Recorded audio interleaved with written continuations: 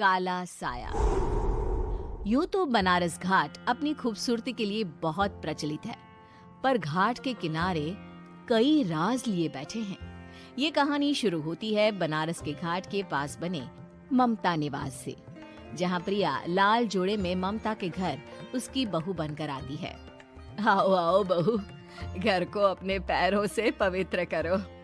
ममता घर की दहलीज पार कर ही रही होती है कि अचानक एक बहुत गंदी सी बास पूरे घर में फैल जाती है।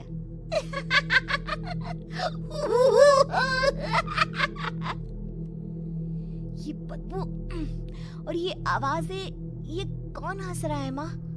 अब ये पड़ोसी ना हमारे थोड़े अलग से है। कहाँ हम शाकाहारी और ये मांस मच्छी खाने वाले। छोड़, तू ध्यान मत दे और गृह प्रवेश कर। और हाँ बहू, अपनी सास की एक बात हमेशा याद रखना, इन पड़ोसियों से तो कभी बात नहीं करेगी। अच्छे लोग नहीं है ये। अपनी सास की ये बात मानेगी ना बेटा?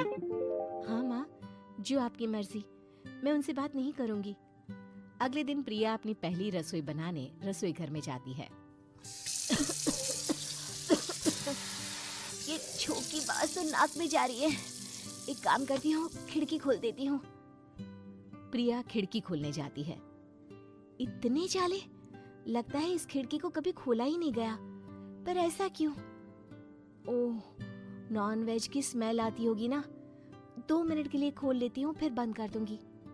प्रिया खिड़की खोलती है। खिड़की खोलते ही उसकी नजर सामने वाले घर की खिड़की पर पड़ती है, जहाँ एक लड़की खड़ी होती है।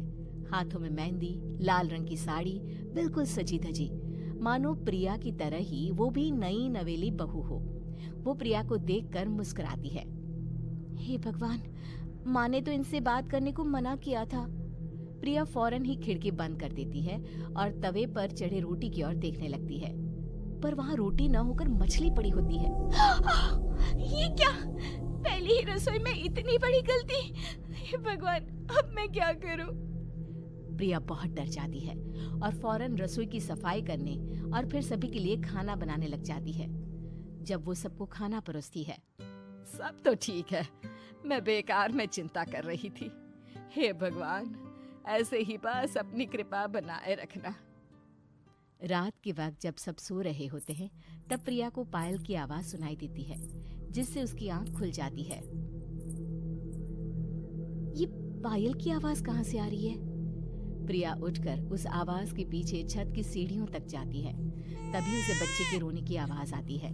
प्रिया छत पर जाती है तो क्या देखती है?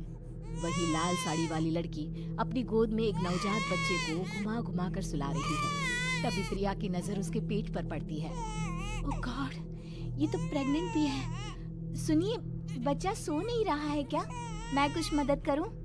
नहीं नहीं, आपके घर वालों को अच्छा नहीं लगेगा, मैं संभाल लूंगी।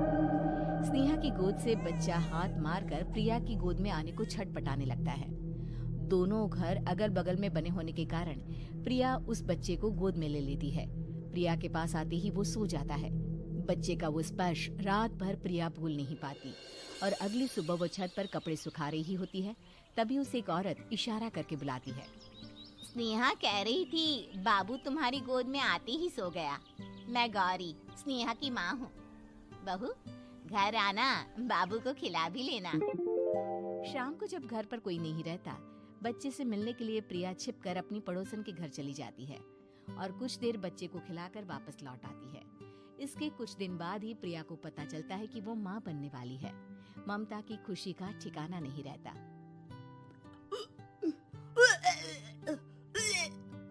माँ जी, पता नहीं क्यों उल्टी आ रही है। प्रिया भागती हुई वॉशरूम में जाती है तो हरे और लाल रंग की उल्टी करती है। उस उल्टी में से कीड़े निकलते हैं। ये क्या? खून और ये कीड़े! माँ! माँ! प्रिया की आवाज सुनकर ममता दौड़ कर आती है, पर बेसिन में कुछ नहीं होता। प्रिया हक्की बक्की रह जाती है। ये सब क्या हो रहा है? प्रिया घबरा जाती है और अपने कमरे में जाकर सो जाती है।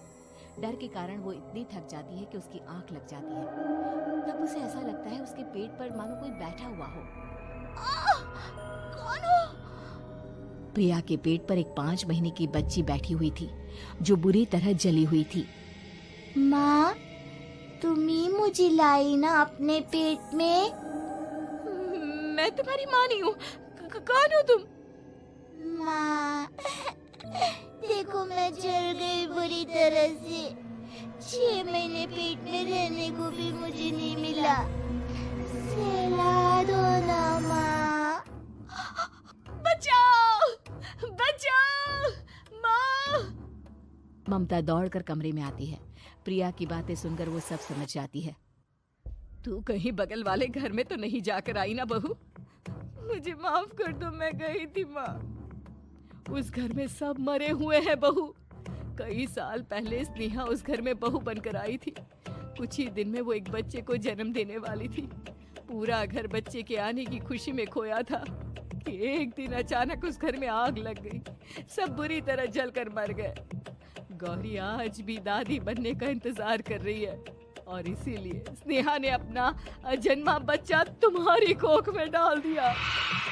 ममता ये कह रही होती है कि पीछे से उसके पैरों को एक बच्चा पकड़ लेता है। दादी, दादी।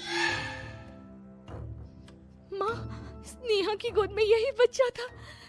ये बच्चा कौन है फिर? तेरी मौत है। तेरी भी दादी। जिस चीज का ममता को डर था वही हो गया।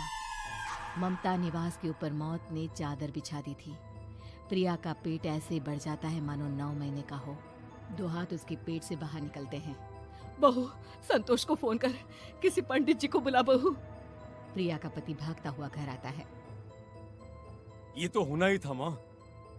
तेरा पाप तेरे सामने आ गया तो तू सह नहीं पा रही है। स्नेहा घर में आग लगी नहीं थी, माँ ने लगाई थी, प्रॉपर्टी की लालच में। और वो बच्चा मेरी पहली पत्नी का बच्चा है, मेरा बेटा, जो कि उस आग की चपेट का शिकार हो गया था। मैंने तुमसे ये सब माँ के कहने पर छुपाया था। मुझे माफ कर दो प्रिया। तुम अगर चाहो तो यहाँ से जा सकती हो। मैं तुम्हें किसी भी बंधन में रखना नहीं चाहता। मेरी शादी हुई है आपसे, मैं आपको छोड़ नहीं सकती, पर उससे पहले हमें स्नेहा, उसकी माँ और बच्चे की आत्मा की शांति करवानी होगी। संतोष और ममता गौरी के घर जाते हैं। अंदर सब कुछ जला हुआ होता है। जमीन पर जली हुई लाशें बिखरी हुई थी। ममता रो रो कर अपने करने की माफी गौरी से मांगती है। प्रिया स्नेहा के घर वालों का अंतिम संस्कार करवा देती है और ममता निवास फिर से आत्माओं के साए से मुक्त